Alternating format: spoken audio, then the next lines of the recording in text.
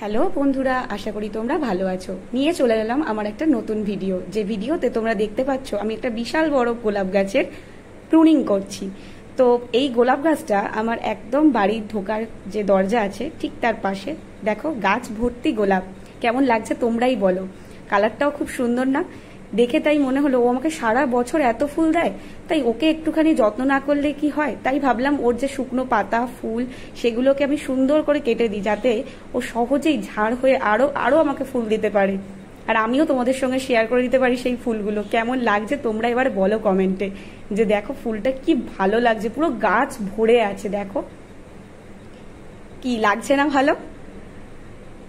এই যে এইভাবে কিন্তু আমি কাটার দিয়ে সুন্দর করে প্রত্যেকটা ডাল থেকে কিন্তু শুকনো পাতা এবং শুকনো যে ফুলগুলো রয়েছে সেগুলোকে কেটে পরিষ্কার করে দিচ্ছি।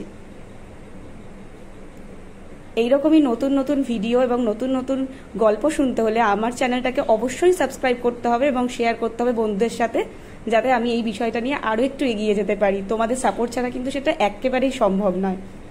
তাই আমি তোমাদেরকে রিকোয়েস্ট করব, অবশ্যই অবশ্যই কমেন্ট করো এবং লাইক করো, যাতে আমি কাজটা ভালোভাবে করতে পারি।